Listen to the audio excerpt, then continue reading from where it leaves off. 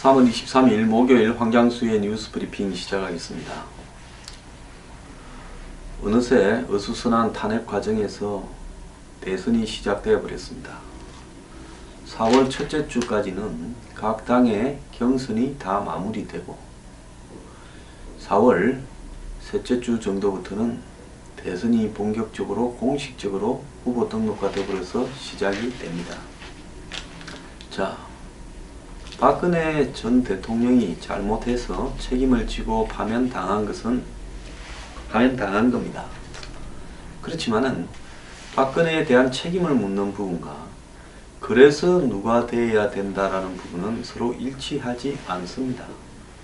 박근혜 전 대통령이 가고 난 이후에 누가 되는가 하는 것은 원점에서 아무런 선입견 없이 평등하게 너도 나도 다 검증 앞에 100% 노출되어서 확실한 검증을 통과해서 대통령이 되어야 또 다른 박근혜가 생기지 않는 겁니다. 자, 지금까지 정치를 3, 40년, 4, 50년씩 해온 사람들이 검증을 받으면서 이렇게 대통령이 되었음에도 불구하고 되고 난 뒤에 여러가지 비리 의혹이나 친인척 문제에서 자유롭지 못했습니다. 제대로 민주주의가 완성되어 있다 하면 대한민국의 역대 대통령 중에 단 한 명도 파면되지 않고는 안 될 그런 사람들이 다 대통령이 되었던 것이 사실입니다. 그럼에도 불구하고 박근혜 전 대통령은 자신의 한마디로 정치 세력을 제대로 갖추지 못하고 또 쓸모없는 정쟁에 몰입하면서 눈앞에 이권에 매몰되면서 스스로 무너져 버렸습니다. 그러니까 역대 정권 중에서 통치력이 가장 땅에 떨어진 사람이고 더 나아가서 자기의 정치 세력을 확보하지 못했기 때문에 다 부패해도 혼자만 탄핵이 됐던 부분입니다. 이 부분에 국민의 정치의식이 더 성장해서 그렇다라고 이야기할 수 있겠지만은 저는 그렇게는 보지는 않습니다. 촛불이 박근혜 대통령을 쫓아냈다 해서 촛불이 한마디로 성숙된 국민의식이다 라고 연관시키기는 어렵다는 겁니다. 자, 그래서 검증은 중요한데요. 지금 문재인, 안희정, 친노 간의 내전이 벌어졌습니다. 네거티브 문제를 놓고 충돌했는데요. 자, 친노라고 불리는 두 사람이 지금 이날 실시된 더불어민주당 경선 결과 일부가 유출되어서 부정선거 논란까지 나오면서 감정싸움이 점점 격화되고 있습니다. 안희정 후보는 애초에 문 후보의 페이스메이커처럼 가는 거 아니냐 하면서 문 후보에 대한 공격을 거의 삼가했었는데요. 이제 마지막이 되어 가니까 그나마 문 후보 쪽에 포문을 좀 여는 것 같기도 합니다. 자, 지난 21일 그저께 TV 토론에서 서로 상대를 향해 네거티브가 너무 심해 내부 단속 좀 해라 이런 말도 있었고 더 나아가서 당신 쪽이 오히려 더 그런 거 아니냐 이런 공방을 주고받았습니다.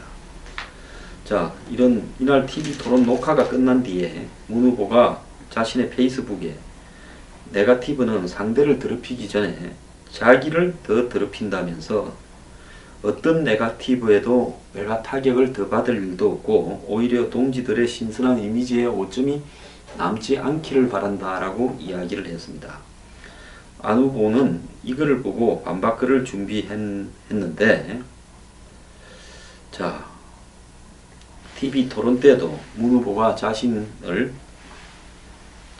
네거티브를 하지 않으면서 안희정 쪽에서 하고 있다 이렇게 이야기를 했다는 식으로 해서 불쾌했는데 그런데 페이스북에 문 후보가 글을 올리자 도저히 참을 수 없었다라면서 어제 제가 소개한 것처럼 자신들이 비난당하는 것은 다 맡아두고 이 부당한 네거티브라고 상대방을 역공하는 것이 옳으냐, 문 후보와 그 캠프에서 타 후보들을 공격하는 것이 얼마나 상대를 질급하게 만들고 정떨어지게 하는지 아느냐며 그런 태도로는 집권 세력이 될 수 없고 또 성공적인 국정 운영도 정권 교체를 성공한다 하더라도 어려울 거다라고 이야기를 했습니다.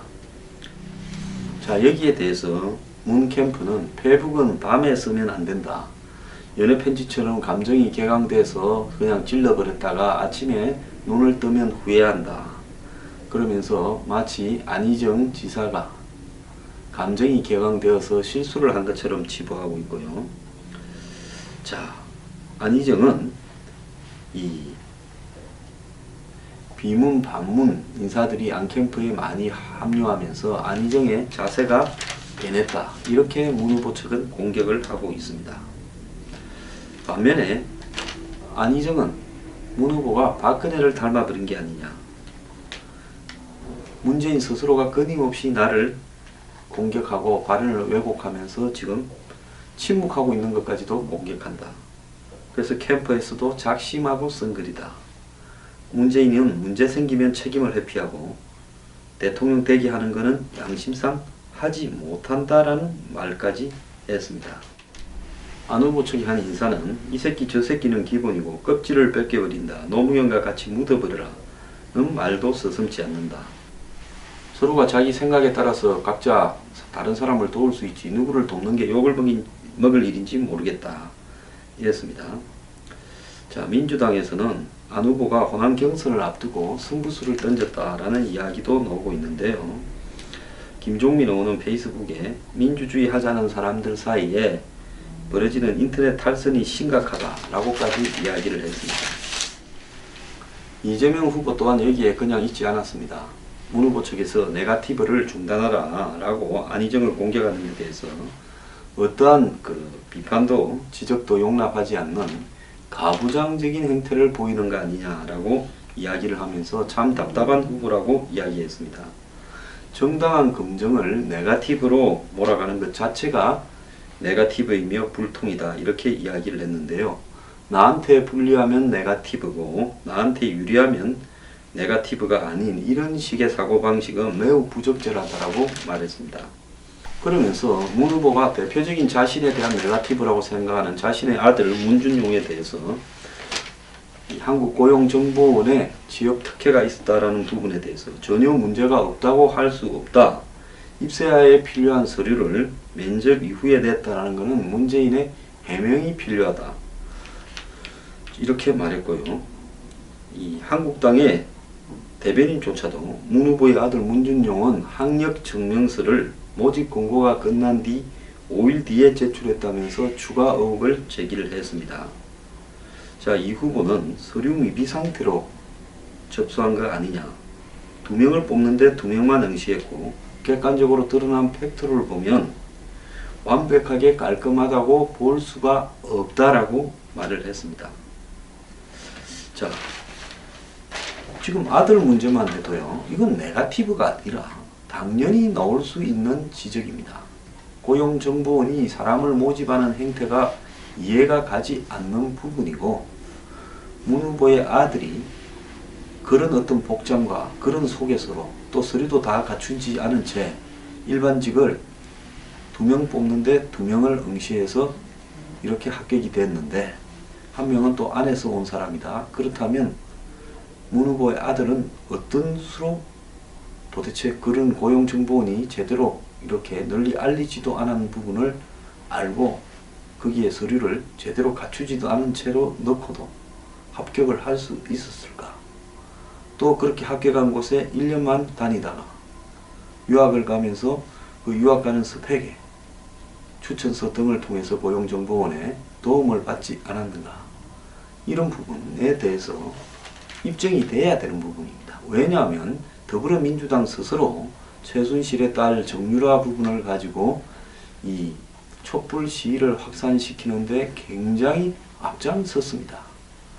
자, 남의 딸이 뒤로 들어가는 부분은 그것은 어마어마한 잘못이고 자신의 아들이 들어가는 부분에서 혹시 하자가 있다라는 지적에 대해서는 성실하게 해명을 하고 답변을 할 노릇이지 그렇게 문제를 제기하는 것조차 네거티브라고 이야기하는 것은 저는 잘못됐다. 어제 제가 이 문준용에 대해서 일부 2부로 객관적인 해석이라고 이렇게 밝혔는데요.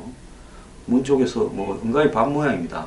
뭐 황장수 한 거 보니까 뭐 쪼는지 나타나 있는 다 구할 수 있는 자료로 했다더라. 어제 내가 그렇게 말하지 않았습니까?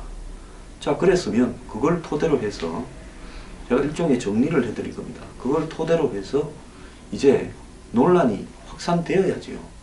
그렇게 해서 거기에 나왔던 내용들 중에서 잘못이 있는 게 있느냐 없느냐. 학비가 1억씩인데 문 후보가 참 학비를 그렇게 많이 내고 이렇게 갈 만한 체력이 됐으면 할 말이 없는 거고, 또 주거는 어디 고급주택이냐 아니냐, 또 더 나아가서 뭐 호화 유학 생활을 했다라는 의혹도 제기되는데 볼보 그런 부분은 뭐 어떤 거냐 하고 해명을 할 필요만 있으면 하는 거고, 할 필요가 없으면 또 추가적으로 더 의혹이 제기될 수 있고, 더 나아가서 이 각종 국내외의 대기업이나 해외 유명 전시회 비엔날레 등에 참가하는 과정에서 그렇게 1년 만에 열심히 다닌다면 그거 다니는데 돈도 꽤 들었을 건데, 또 설치 미술이라는 거는 그렇지 않습니까? 시각 디자인 설치 미술이라는 것은 결국은 가서 이 당사자가 직접 설치하고 현장에 있어야 되는 부분이기 때문에 이 참가비나 체류비가 만만찮게 들었을 거라는 생각도 듭니다. 근데 파슨스 졸업한 이 초짜 이런 작가에게 이렇게 체류비, 참가비까지 다 대주면서 부르는 것이 맞는가? 혹자들은 그런 정도의 파슨스를 졸업한 친구가 세계적으로 그런 데 열심히 불려다니는 예는 별로 없었다, 이렇게 말을 하는 사람도 있습니다. 자, 그러면 그 과정을 밝히면 되는 거죠. 체류비를 누가 댔고. 그러지 않습니까? 그게 어떻게 네거티브입니까? 그래서 자신에 대해서 문제 제기를 하려는 것조차도 처음부터 입을 막으려고 드는 행태는 매우 잘못됐고요. 그래서 한 놈만 편달하고 협박을 그 캠프에 있는 사람이 합니까?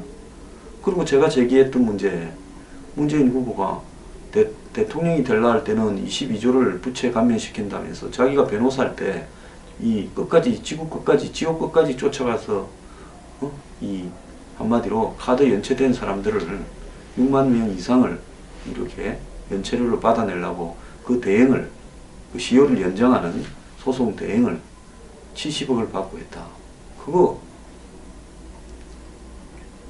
그때는 왜 그렇게 했고 지금은 왜 이러는가에 대해서 설명을 해야죠. 사과를 하든가. 그러지 않습니까? 그게 네거티브입니까? 그럼 왜 문재인만 하느냐? 아니, 제 여태까지 많이 했잖아요. 자유한국당의 홍준표 후보 그런 식으로 이렇게 뭐 친박적이고 뭐 수구태행적인 부분으로 하려고 하지 마라, 태극기 팔고 대통령 하려 하지 마라도 했고, 안철수 후보는 2012년에 하도 많이 해서 더 할 것도 없습니다. 그 다음에 또 지금 안 한 사람 누가 있습니까? 유승민에 대해서도 제가 비판 많이 했어요. 그래서 주요 후보들에 대해서 안희정 후보도 비판했고, 예? 이재명 후보도 비판했습니다. 그렇기 때문에 문재인 후보 비판하는 거예요. 자, 그러면 답하면 되는 것이지, 해명하거나 안 가면 잘못이 없다고 웃기든가. 왜 그런 부분을 그렇게 대응을 하는지 모르겠습니다. 자, 네거티브는요 절대 나쁜 게 아닙니다. 제목을 네거티브라고 잘못 붙인 거예요. 공직에 나선 사람은 그 사람이 돈을 버는 과정이나 가족관계 부분, 모든 부분에서 다 검증을 받을 의무가 있습니다. 검증받기 싫으면 공직에 안 나오면 됩니다. 누가 나오라 그랬습니까? 자기가 하고 싶어서 나왔으면 까발릴 용기는 있어야죠. 그러지 않습니까? 그게 싫으면 나왔으면 안 되죠. 근데 그런 걸 말하는 자기 당 내부에 제대로 공격도 납니다. 뭐 안희정, 이재명이 뭐 문재인에 대해서 뭘 그렇게 심하게 했다고 네거티브를 한다고 당 내부에서 벌써 그럽니까? 그러면서 내가 될 가능성은 100%다. 뭐 어차피 대통령은 문재인 이런 말을 퍼뜨리면서요. 문재인 다 된다고 하면서 아무도 문재인을 겁이 나서 건들려고 하지도 않아요. 그러면서 언론에는 모르겠습니다. 거의 비슷비슷한 아들이 굉장히 실력이 있다. 아이고 이 정도 아들이 설치 미술을 보니까 이 정도면 충분히 그럴만하다. 이런 진짜 관제성 기사들이 막 뜨고 있어요. 요 며칠 사이에. 예? 선방 때리는 겁니까? 그러면서 거기에 댓글도 또 달라요. 아이고 뭐 훌륭하네. 그럴 자격이 충분히 있네. 그거는 그거고 그 기사를 언론이라는 게 얼마나 썩었는가 하면요.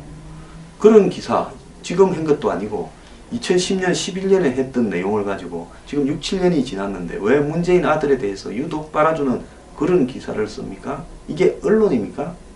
지금 언론이 검증을 포기하니까요. 경쟁자끼리라도 저 같은 사람이라도 검증을 하겠다고 해야 되는 거 아니냐는 겁니다. 그게 뭐가 잘못됐습니까?